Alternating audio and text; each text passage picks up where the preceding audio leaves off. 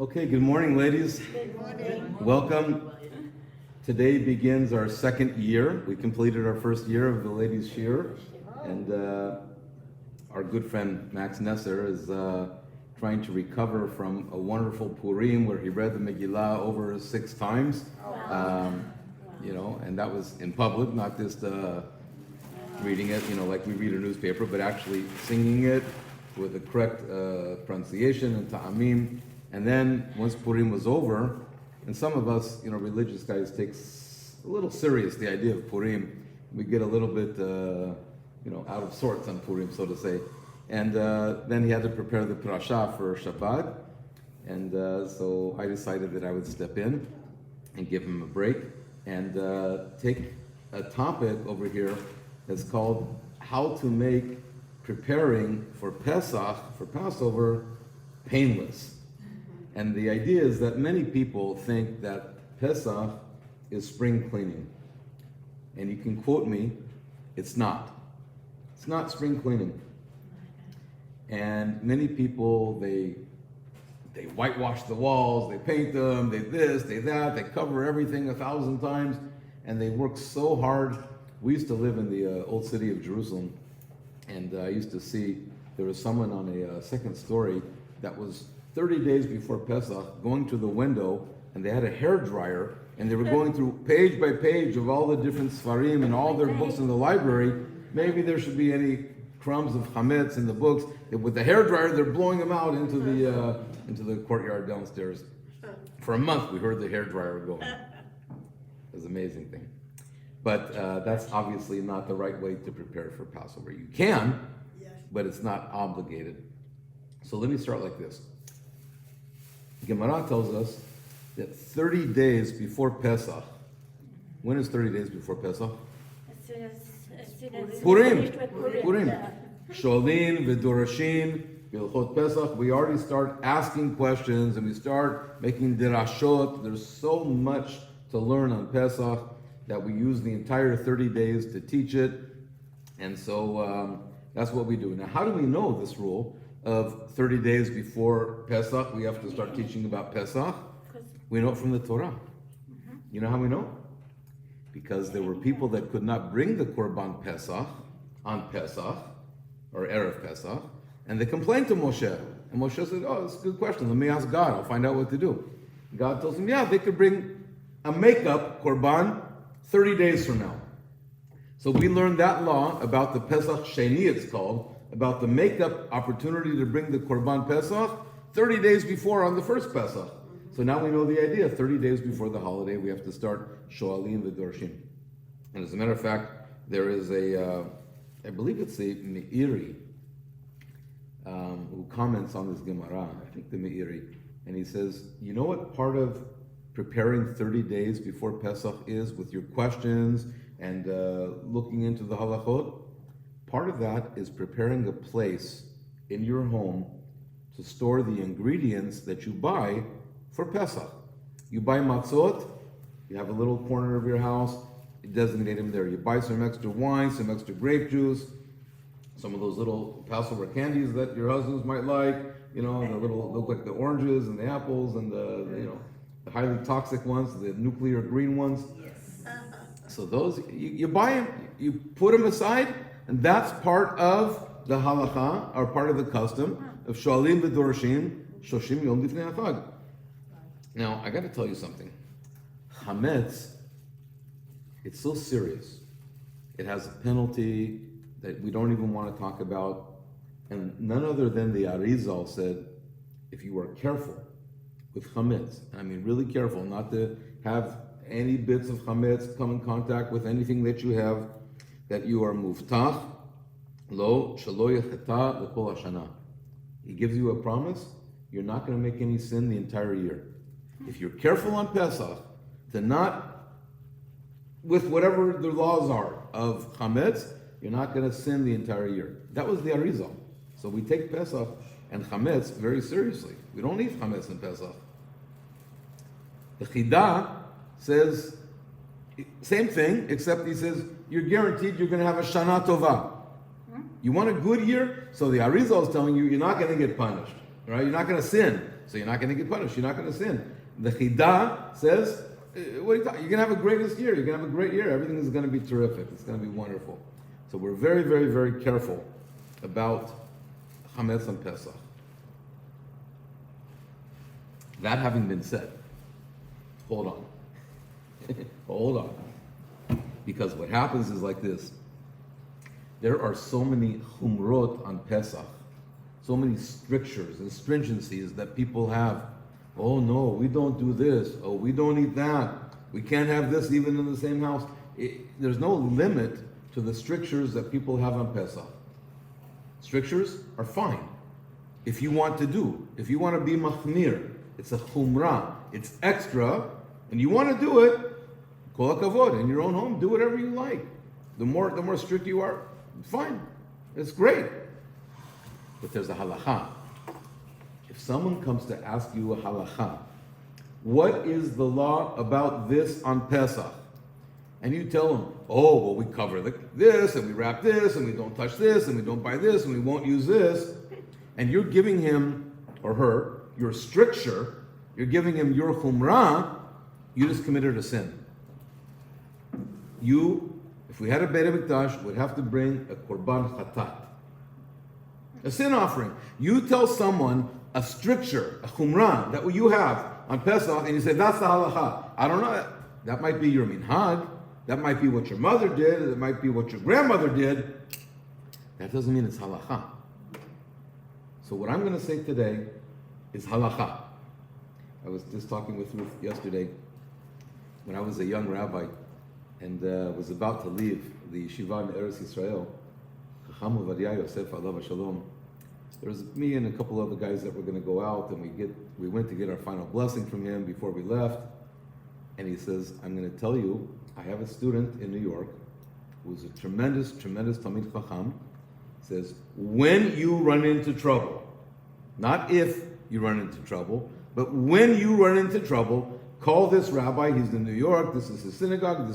You tell him that I sent you. Talking to him is like talking to me. That's what Chacham Ovadia Yosef told us. So we're not going to need it. We're going to be fine, you know. We get over to, in Houston was our first place. And I start giving a class very similar to what I'm going to tell you today. And then it started coming in. You're not really Jewish. you're a conservative rabbi. You're not really Orthodox. You're not really Sephardic. We don't do this. Our customs are not like yours, and so on and so forth.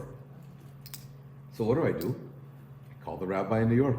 I said, Chacham Shimon, Chacham Ovadia gave me your number, and he says, I know. He told me, and he says, what's going on? I said, what's going on? They're calling me a reform rabbi. No, I'm sorry. They're calling me a conservative rabbi. And he goes, you're better off than I am. They're calling me reform. So that's what we were hearing from one of the Gedolim. And God should bless him. He's still around today, and he's still raising trouble. All based on Shulchan Aruch. If you want to know how to do anything, how do you keep Shabbat? You go to Shulchan Aruch. The same Shulchan Aruch that tells you how to keep Shabbat, how to give tzedakah, how to light candles, how to do everything you want to do, how to keep kosher, tells you halachot of Pesach, and that's what I'm going to tell you. So people get resistant to change. And they say, no, this is what we've always been doing. And that's fine. Do what you've always been doing. But today is all about the halachot. I was asked one thing this year, and last year especially. Last year we had all the questions of Corona. It's amazing, we started a new war in the Ukraine and Corona's over. It's interesting, But people couldn't be with their families, their parents and their grandparents, and people who never made a seder before needed to know how to make a seder. And so we were trying to teach them, if it's the first time you're doing it, let's learn how to do it right. So we had a little experience in this thing, but we have to get out of thinking inside the box and we have to think outside the box. I want to start by asking you, what is chametz? We don't eat chametz on Pesach. I agree. Even the conservative and reform rabbi over here, the smart rabbi, even we don't need chametz on Pesach. So what is chametz? Let me start with the definition. The Torah, I think in something like 7 places, tells us that it's asur to eat chametz and to own chametz, to own it. Okay, so now, what is chametz? Only these types of grain can become chametz, and there's 5 of them: wheat, barley, oats, spelt, and rye. Did you hear quinoa in there? No. Did you hear rice? Did you hear? No. Did you hear all these other almond flour? Did you hear that in there? No. Only 5 things can become chametz. This is from God. This is from the Torah: wheat, barley, oats, spelt, rye. Now, when rye, not rice, rye, the kind of stuff that they make the good stuff to drink out of. You'll never know what's in this cup. But it's still 30 days before Pesach. We're okay. When these grains ground into a flour, and then they're mixed with water, if they're not baked within 18 minutes, then they become chametz and forbidden on Pesach. Some things even speed up that process. Warm water will speed up the fermentation process and make it chametz. Dough that is left standing, you mix the dough and you walk away and you stop kneading it, it can become chametz quicker than 18 minutes. So if you ever had an opportunity to go to a matzah factory, and I really hope that you do and see it one time in your life, they're always mixing the water, they're mixing the dough. They only use cold water. They only use special water that was left to sit out in these barrels overnight. And they're mixing and they're mixing and they're mixing and mixing. And then they take it and they roll it out and they get it into the oven and out of the oven all within 18 minutes. And that's called an 18-minute matzah. If it takes more than that, it's no good for Pesach. You can't use it. So that's why you have to be very, very, very, very careful. So the matzah that we get for Pesach, the matzah shemura, that everyone should try and use for the seder plate, should be round by the Kabbalah. If not, there's enough poskim that say you could use the square, machine-made shemura matzah. And those are used with special flour that is being guarded to make sure that it never came in contact with water from the moment they cut it out in the field. They pile it up in these sheaves, and it's covered, and it's not left alone. So even though we say it's only from the time that you grind the flour that it can become chametz, this one, they guarded it from the time it was in the field. So we said the dough is constantly kneaded until it's placed in the oven and baked, and that's an 18-minute process.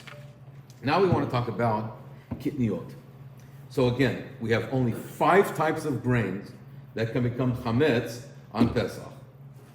Legumes, or kitniot, such as beans, lentils, rice, quinoa. I don't even think quinoa is even a legume. I think quinoa is a sprout, It's a berry, right. But in any case, there's still enough discussion on it. But in any case, none of these things, the beans, the rice, the lentils, the quinoa, none of these things ever were chametz. And during Pesach, Sephardim eat all these types of foods. You can ask the boys over in the, there's no boys here, there's no men here. Shh. But those that are hiding out in the back, that just want to see a shiur on Pesach, I told them the story this morning in the synagogue.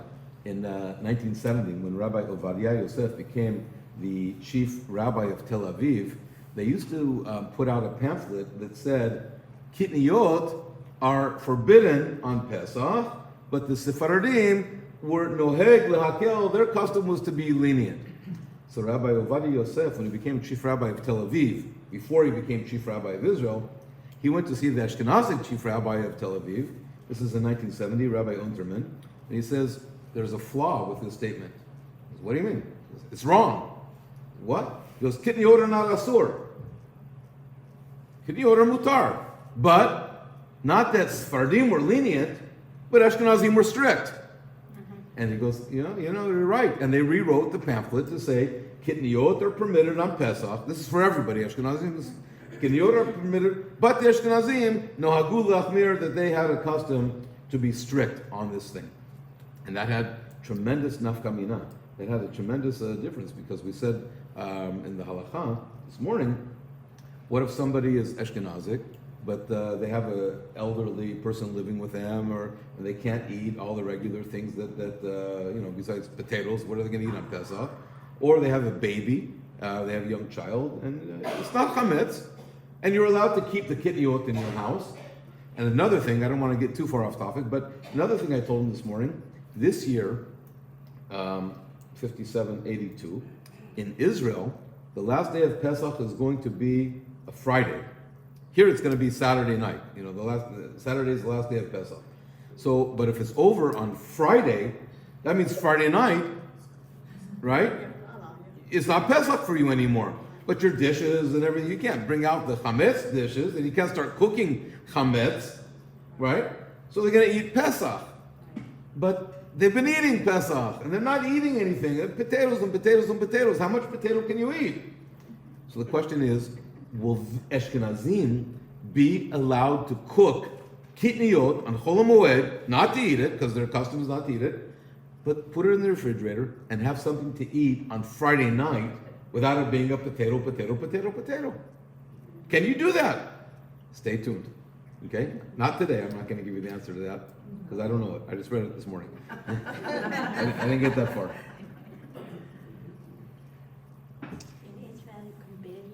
It should be noted that different Sephardic communities have different customs in regards to the kitniot, and everyone should really follow their own custom. If you have a custom not to eat rice, then don't eat rice. If you have a custom not to eat corn, as crazy as that might be, because corn wasn't around when they made the gezerah on kitniot, it was a new thing. But if you have a custom not to eat corn, don't eat corn. And some people don't eat hummus. You know why? Because it sounds like the word chametz, okay? You know why they didn't eat corn?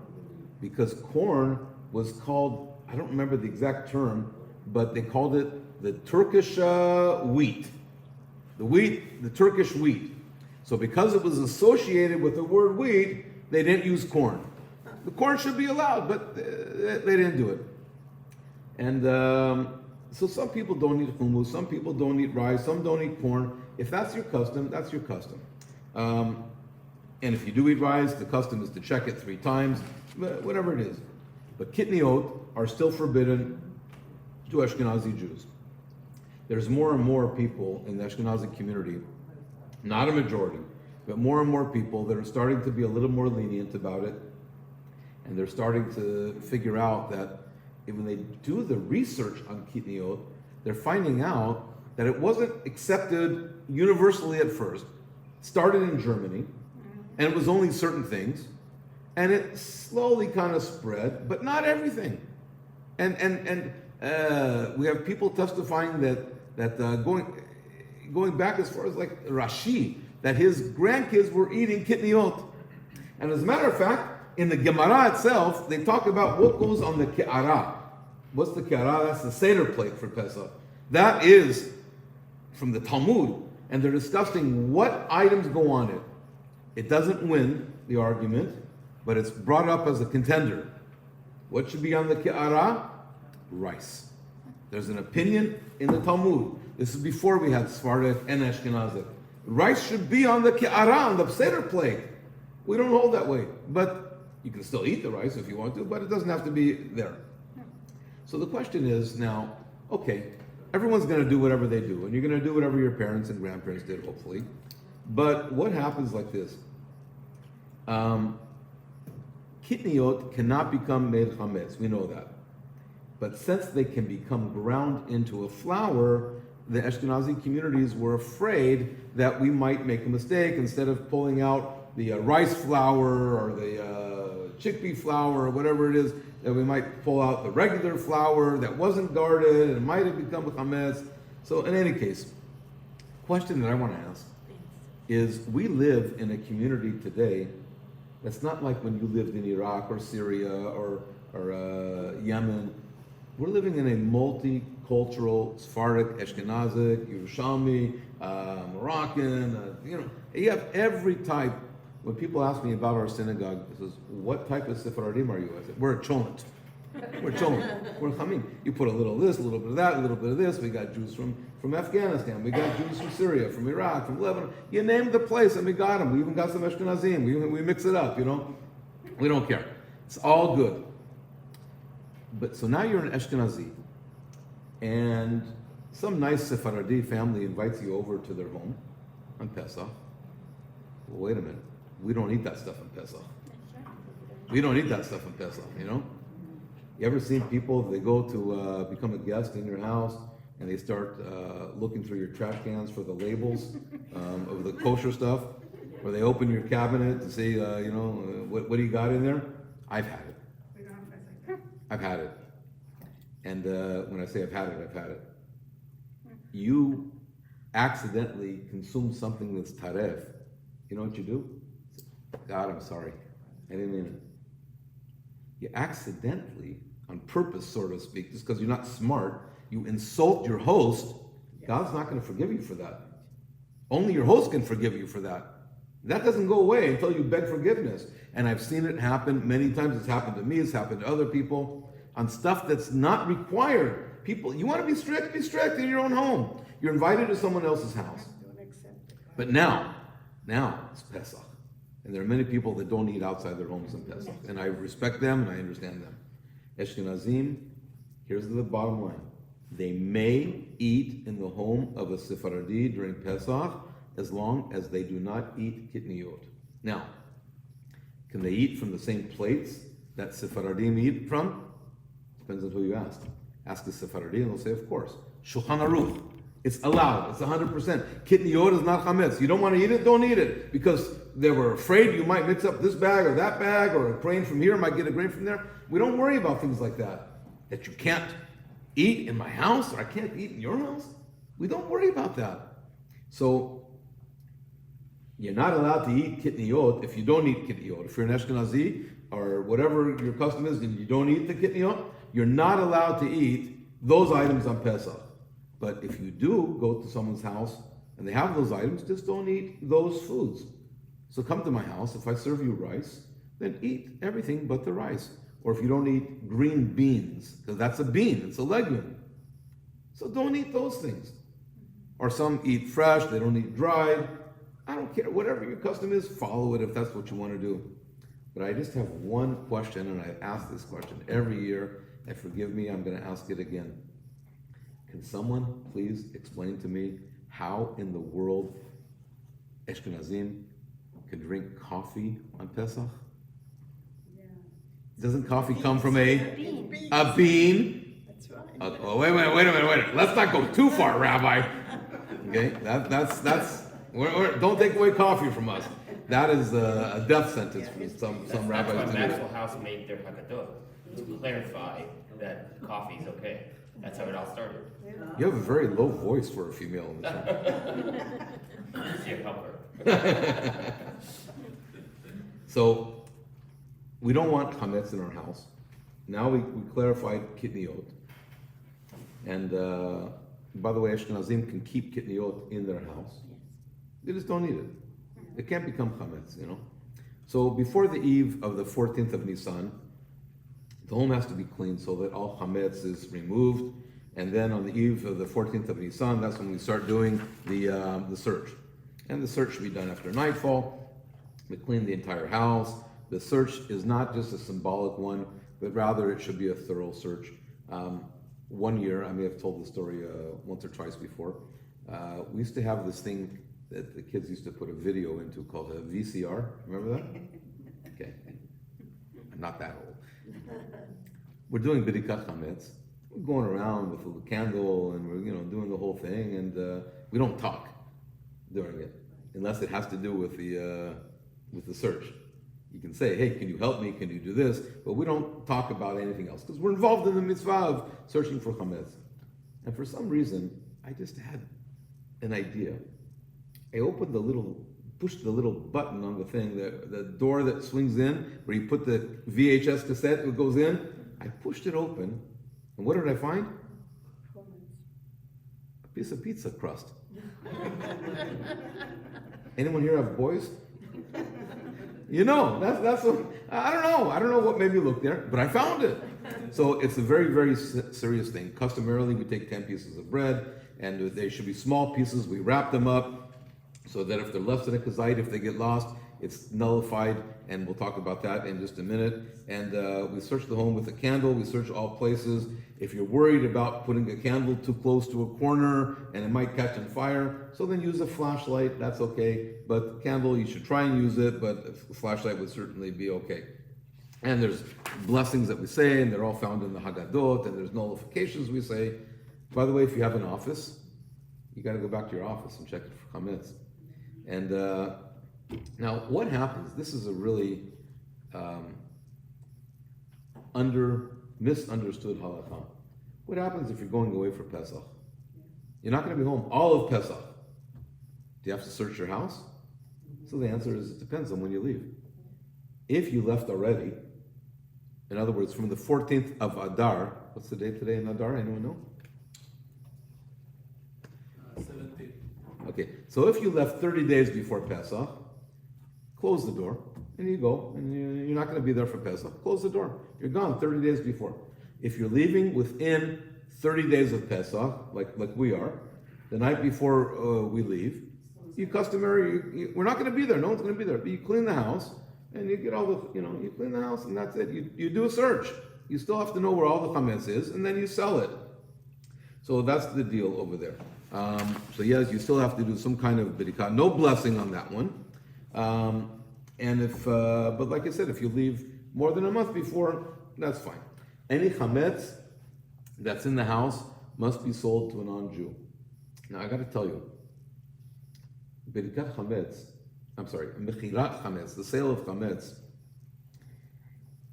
When you get the little form and it says, do you want to donate to the shul? Donate to the shul. And then it says, do you want to donate to the Kimcha de Pischa fund, where we help support people that need a little extra help on Pesach? Check yes and donate generously, because you're selling of your chametz. It's not just a little quick sale that the rabbis do. It's a 2-minute thing. It's nothing like that. I've been involved with it for many years, and it is an extremely complicated process. And we learn more and more. And I've been working on refining the process all year long for the Beit Din that we use. And even though I'll be away this year, the Beit Din will meet here in our synagogue at 12 o'clock to do all the final sales of the chametz. And one thing that I insist that change that we made over the years, Ashkenazim, they sell, if you put away the pots and plates, they sell the pots along with your chametz that you're selling. You have whiskey, and you have beer, and you have the crackers, and you have other things. They sell all the stuff. They sell the pots too. We don't do that.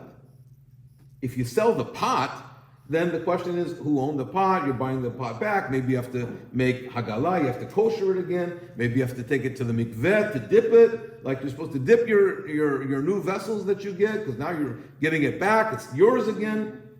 No. We don't sell the pots. So how do we fix that? We sell the chametz that may have absorbed into the pot, which there is none, but there might be some. So if there's any, that's what we sell. And I'm going to tell you about why I said there is none in just a minute. So here's Shulchan Aruch.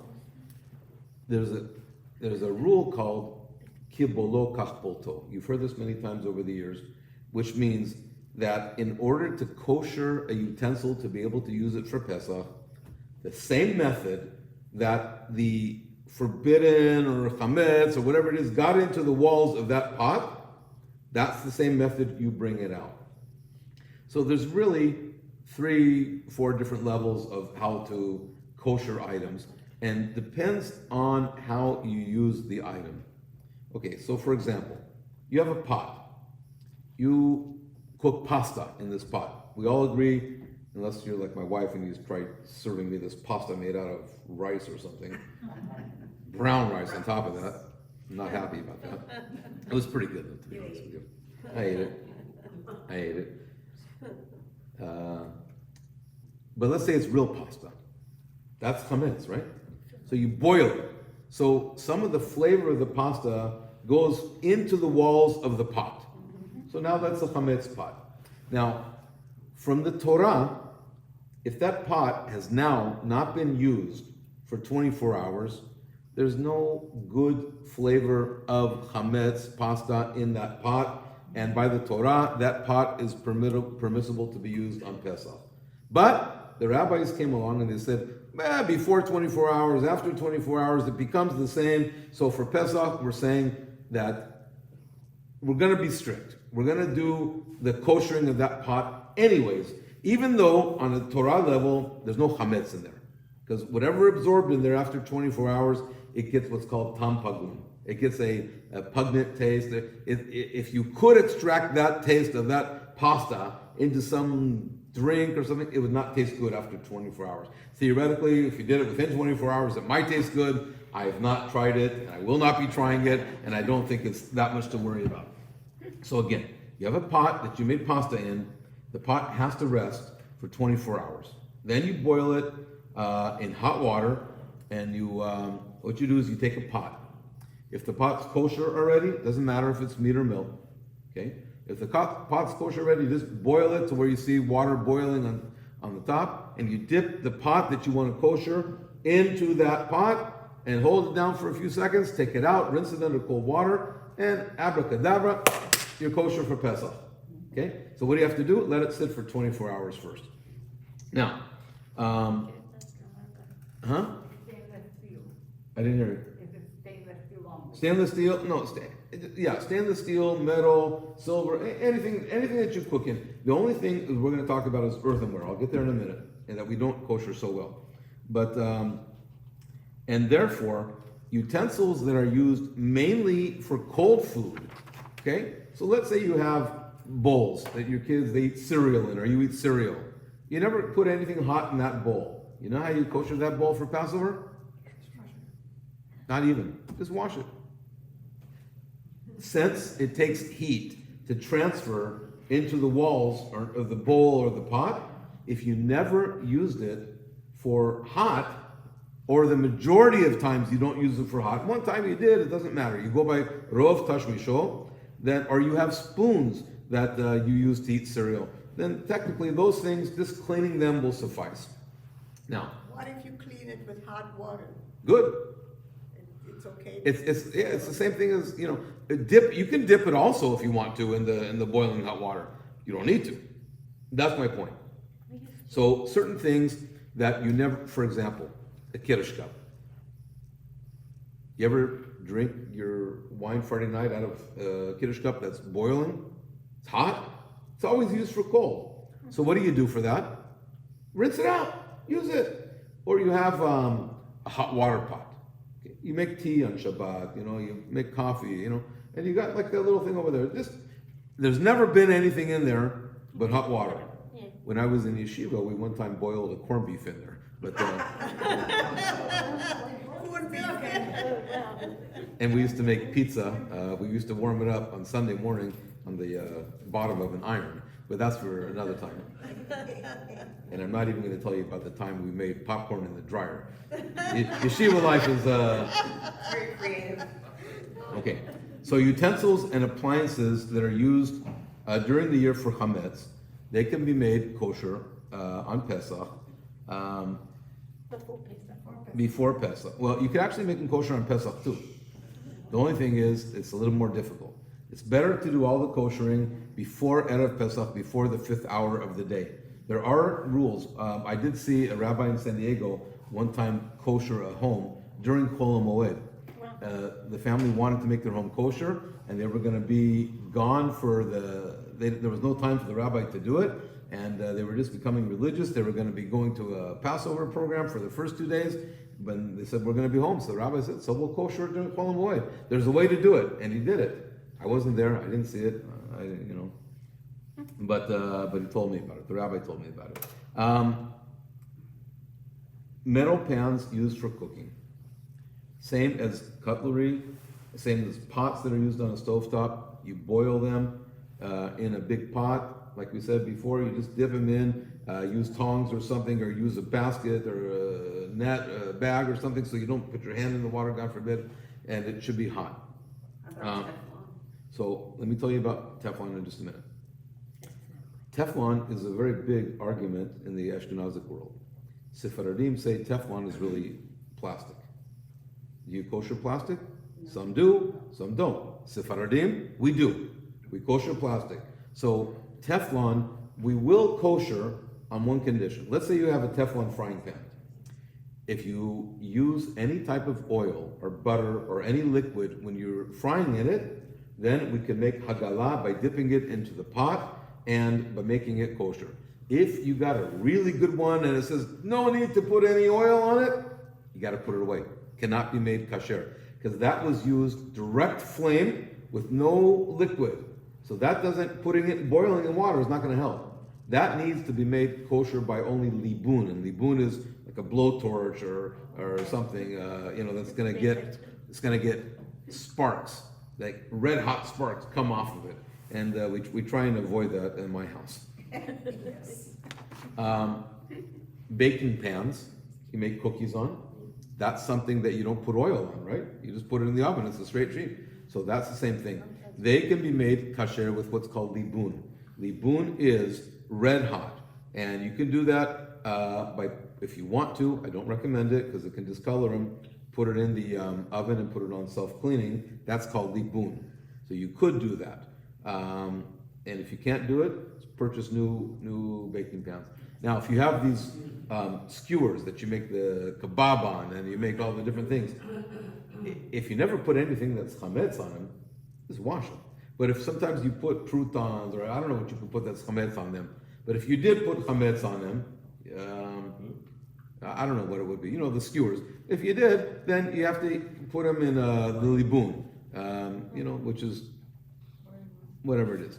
Okay, by the way, what happens, you get a pot, that's your koshering pot, and then you get an item you want to kosher, and it doesn't fit in the pot. So what do? It depends. You can dip half in, and then do the other half. That works for the big pots. Now, if it's something, let's say you have, so now we learned about libun, right? That's the one in the oven, the fiery red hot, and we try not to do that too much.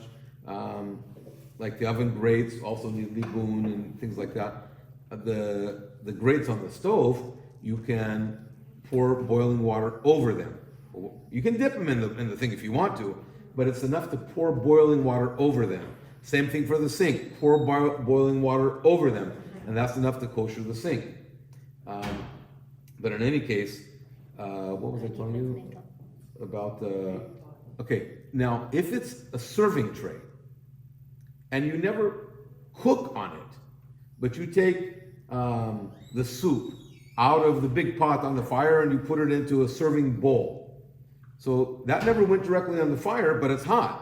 So in that case, you can pour the water from the kettle or from the boiling thing over that thing. And as a matter of fact, that water doesn't even have to be boiling. It just has to be hot enough that you would pull your hand out of. Now, if you cooked in it, it has to be boiling. You have to see the bubbles.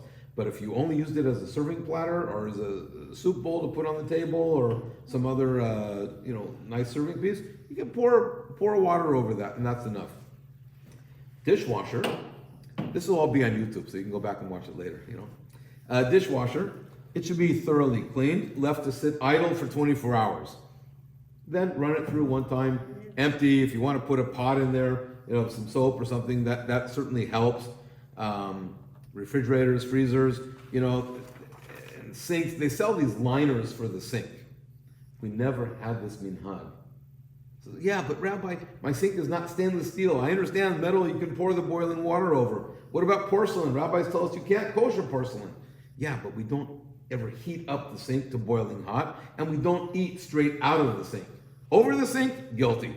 But out of the sink, we don't do it. We don't do it. So here's the rule. China, earthenware, since they are considered to be extremely porous, if they were used during the year for hot chametz, they cannot be used during Pesach. But if you have a China bowl and you eat cereal out of it every morning, wash it, use it on Pesach. Just don't eat cereal. Eat kasher the Pesach cereal.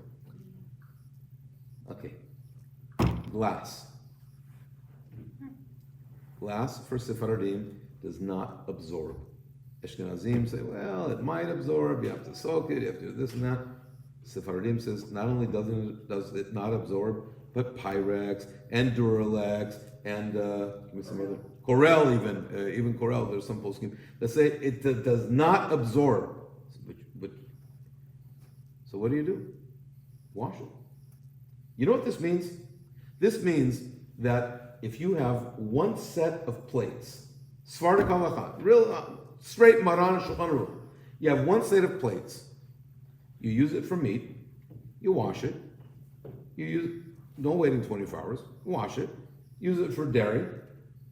Use it for meat. Use it for dairy. Use it for Shabbat. Use it for Yom Tov. Use it for Pesach. The same plate. Same plate. The forks. Do you ever, if you put your fork, in the bowl that's boiling, you got to boil it. Other than that, it's best to boil them, and knives and everything.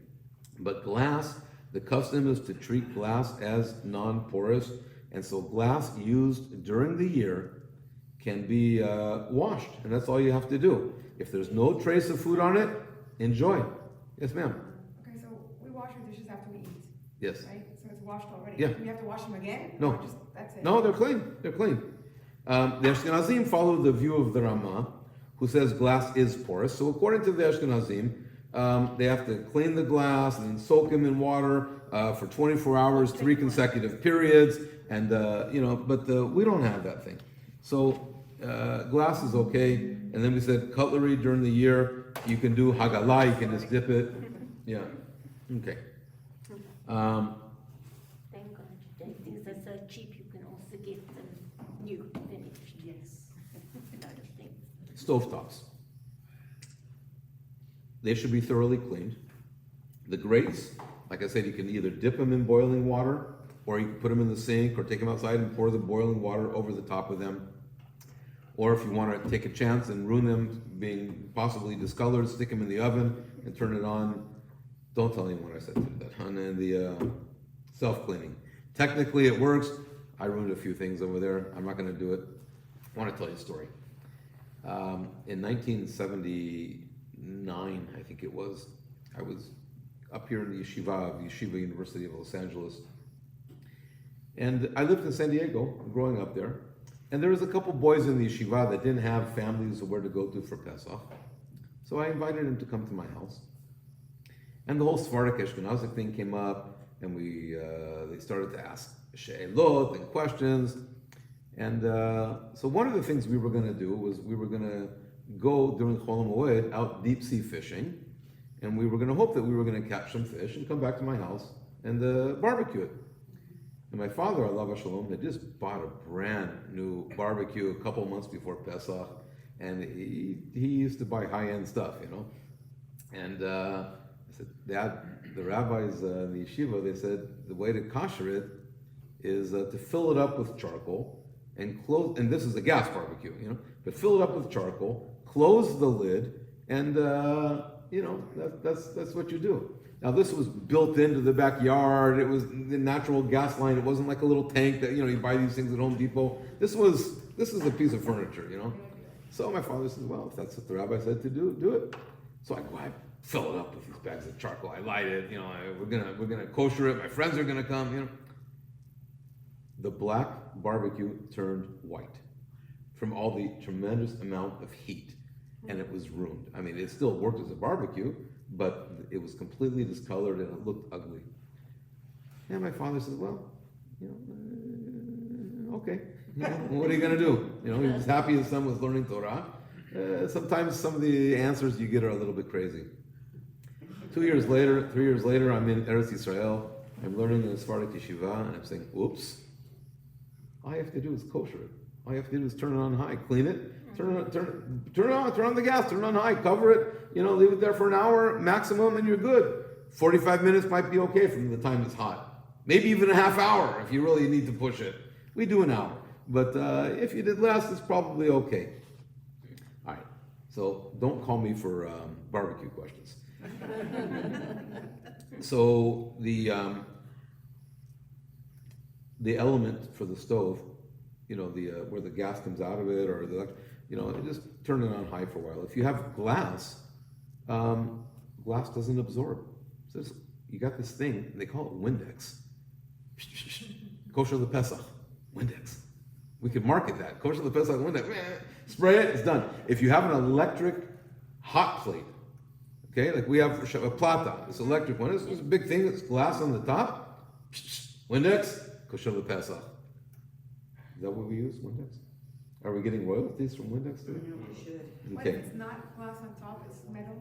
So if it's metal, are you talking about the hot plate? Yeah. Yeah. Okay, so the hot plate, if it's metal, if you can pour boiling water over it, if you can't do that, then turn it on high for the longest time. What you can really try and do, same thing for the grates on the stove. If you don't want to pour boiling water over them, you leave them on the stove, and you get like a metal plata, you get one of the piece of tin or aluminum, you put it on top of the grates, turn it on 15, 20 minutes on a high heat, and then the heat will go up, it'll hit the metal, and it'll go back down, and it will kosher the grates on the oven. Shalom Yisrael, you have kosher the Pesach stove. That's all you have to do.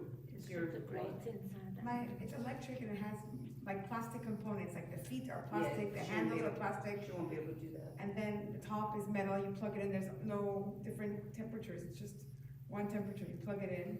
Can we put aluminum on top? You can't pour water on it? It's an electric, So, it's a plata, like they sell in campers, it's a metal sheet with plastic feet and plastic handles. Send me a picture of it later, and I'll get you an answer. Okay. All right. So basically, if you can pour boiling water, you know, let it sit 24 hours. Pour boiling water. If you can't, let me know what to do, or find something else to do. You know, find another one. I don't know what to tell you. Send me a picture, and I'll get you an answer. Microwave ovens. Everyone knows the rule about microwave. You fill up a bowl with water, put a little soap in there, so that you don't need to put soap in there, but it's better. Just put a little soap in there, because that way, see, some people, if you never cook in your microwave, you only warm up, it's enough, just put water, I would say add a little bit of soap just to let it, so it gives it a tam pagum, it goes in there. And then you wait till the steam starts coming up, you're good. Just make sure it's all clean, and that's all there is to it. Sink, we already said, you clean it thoroughly, and you pour boiling water over it. The ovens, Sephardic custom, clean it very well, preferable to use a cleaning agent like Easy Off or something like that. Let it sit 24 hours, and then turn it on for an hour, and you're good. Then it's permitted.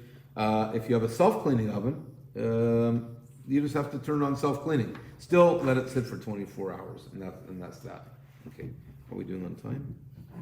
Okay. If anyone has to get up and leave, certainly you can do that. This will be on our YouTube channel. If you don't know how to find the YouTube channel for other shiurim you may have missed, please speak to Ruth and we'll find about it. On products right now, maybe we'll do that at a different class, because that's an hour in itself, what you can buy and what you can use, things that you'd be surprised how much you can actually use on Pesach of things that you normally use during the year. Some things you don't have to buy them with a special kosher, like soap. You don't have to buy kosher the Pesach soap. You don't have to buy kosher the Pesach. Let's save that for another time. But I want to talk about the sale of chametz. It's only forbidden to consume chametz on Pesach. But let's say that it's difficult to get rid of all of your chametz. So you're allowed to sell it. Now, people have been asking, the Vilna Gaon had a tradition, we only sell ta'aruvot shel chametz, which means if you have a, I want to know what's in the cup again, let's say you have a bottle of whiskey. Is it chametz? Yeah. Certainly it's chametz. Why? Because it's a mixture with grains and with other things. So things that are mixture, water and grain and this and that, so that's taruva, that's a mixture, you can sell that according to the Gaon of Vilna. What about you have a loaf of bread in the freezer, you didn't use it yet, and you don't want to give it away to the housekeeper. Can you sell that? So the answer is, Sephardic custom says, yes, When the rabbi said you sell your chametz, they meant you can sell your chametz, not just mixtures of chametz. You can sell everything. The rabbis allowed chametz in one's possession to be sold to a non-Jew. And that's what you do. And if you can't dispose of it, if you don't finish eating it, this and that. Now you have to know something. We're not worried when we clean the house about a cookie that might be under the couch that you bump into. Chametz that you can see. Chametz that you can, not a crumb of chametz. We're not worried about that. We do a special bitul. We make that ownerless. We're talking about something that's about, the size of half of a pita, let's say, or the weight of maybe one machine matzah. Less than, a small piece. We're not worried about anything smaller than that. If you clean and you get rid of it, that's nice and beautiful. But you don't have to move the furniture. You don't have to. Another thing I didn't talk about was your countertops. Now, I'm a little bit more strict. I actually, we pour boiling water over our countertops. You don't have to. I just do it as a humrah, as a stricture, because that's the way that I always knew it. But halacha, do you ever put hot food directly on the counter? You ever take spaghetti out of the pot from the fire and put it on the counter that it would absorb? No, and even if it did, how's it going to come out? It needs heat to come out. We never do that. So your countertops, you don't really have to even do anything other than Windex. Clean them. Again, I do, doesn't mean you have to do. Halacha is you don't have to do it. You don't have to kosher your countertops. Your tabletop, you clean it. You clean it. That's all you really have to do if it's clean, because you don't put hot on it. You want to cover it, cover it. You don't want to cover it, don't cover it. It's all okay. Pesach, you don't have to kill yourself on the cleaning. You don't have to go through every cupboard. You don't have to clean places where you know there's no chametz has ever been. Okay? If you don't ever take chametz, into certain places, you do a quick, look around during the bedikat chametz, but you don't have to move the dresser. You don't have to look under the beds. You don't have to move the couch. You don't have to paint the room. You don't. Dust is not chametz. Dirt is not chametz. Crumbs, chametz crumbs are not asur. We make them hefker. We make them kal chamira dika b'shuti dechazid led lachazid.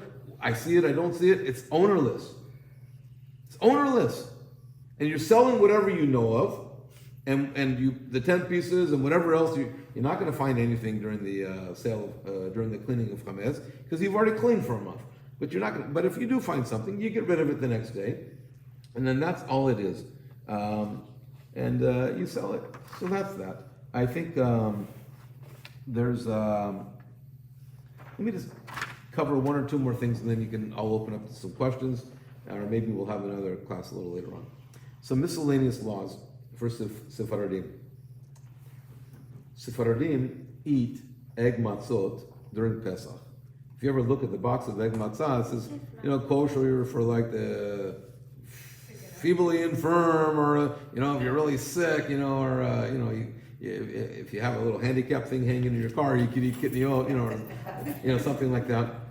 Sephardim are lenient when it comes to egg matzot, and that means that erev Pesach, some people we don't eat matzah erev Pesach, so that when we eat in the nighttime, we eat it with an appetite. Some people don't eat it from Rosh Chodesh. Some people don't eat it from Pesach, from Purim. Mm-hmm. We eat matzah, the Sephardim, all the way up to erev Pesach. If you're Ashkenazi and you're hearing this, enjoy it because it's cultural information. I'm not telling you to practice something if it doesn't apply to you, but it's good information to know.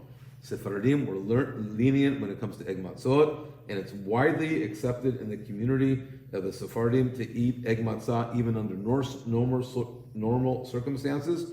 And what this means, ladies, is that erev Pesach, after the time that it's no longer allowed to eat chametz, it's like 10 o'clock in the morning, and you sold all your stuff already, and you have nothing to eat, and what are you going to do? What's there to eat? Egg matzah. Knock yourself out. Egg matzah. It's mizonot. It's not real matzah for us. And so that's that. And any item that it's clear, I'm just going to touch products for 10 seconds. any item that it's clear without a reasonable doubt that it was made with no chametz, it's permissible on Pesach. So that means that, soda, you don't have to buy the expensive ones with the yellow cap. They're kosher. Even the diet ones, they'll tell you, oh, diet. They're But kosher. the corn syrup for Ashkenazim. Yeah. The what? The corn The syrup. corn syrup for Ashkenazim. Corn syrup for Ashkenazim. Corn syrup, Rav Moshe Feinstein allowed peanuts, and he allowed oil that was made from any of these things. And so corn, we said before, was introduced after the Kitniot Gezerah was first introduced. So they don't want to eat it, don't eat it. But the oil is called a byproduct of it. You can't take the oil and grind it and put it as flour. You're not going to make a mistake with that. So a lot of the rabbis, even for Ashkenazim, were allowing the oil. Other rabbis, Ashkenazim, great Ashkenazi rabbis, allowed sesame oil and other things like that. Soy is a relatively new thing. Technically, they should allow it. They probably don't. When I was in yeshiva, someone found a book of everything that was considered kitniot that was written in the middle of the 1800s. And one of the things that was on that list was called cannabis. Okay? So being that I was a Sephardi in the yeshiva, you would be surprised how many people came up to me and said, hey, can you hold this for me during Pesach? And I said, yes, but there's no guarantee that you're going to get it back. Okay, so Is cannabis not kosher for Pesach? That's the Rasta part. I can't see why it would not be kosher with Pesach. It's God created it. It grows on a plant. It's not a bean. It's not But for one rabbi said cannabis he had a list of 5,000 things. So probably he just made a list of everything he never ate in his house. You talk to some people and they say, we don't eat sugar on Pesach. Well, the way that they make sugar today might be different than the way that they made it 500 years ago. Sugar's allowed for everyone. People in Turkey, they didn't have chocolate in Pesach because you couldn't get kosher the Pesach chocolate, so they're accustomed, they don't eat chocolate until today, some of these people. It's crazy. It's just, a lot of these things depend on where you came from. In any case, you don't have to clean the entire house for crumbs, only for big pieces that you might accidentally eat. So like we said, you don't have to move the couch. No one's going to accidentally bump into a cookie under the couch and eat it, unless, maybe, but probably not going to happen. But that's why we make the bitul. That's why we nullify any small pieces of chametz. The purpose of bidikat chametz is to get rid of actual chametz that you can see. By the way, we said you have to check your office. Another place you have to check that people don't remember, your car. Now, there used to be across the street a car wash over here, and they used to have a special Passover cleaning car wash, and they would take the $15 irregular, they make it a $30, and if you want the super duper one, it's $45. Super kosher the Pesach. So what do? Same thing they do every time they vacuum the inside of your car. That's it. No need to do any of that. Just if you see any chametz. The other day I walked into the house and I was carrying a Pop-Tart, a kosher Pop-Tart, and it was at the end of the day, and my wife saw me. She goes, "What's that?" And I said, "I found it on the floor of my car." I don't know how it got there, but it was there. In any case, so that's a lot of what we have to talk about Pesach. I'm going to officially stop the class right now. Thank you for coming. I'm open for questions. If you want to leave the tape running for questions, that's fine too. Any questions? Then you can stop the tape.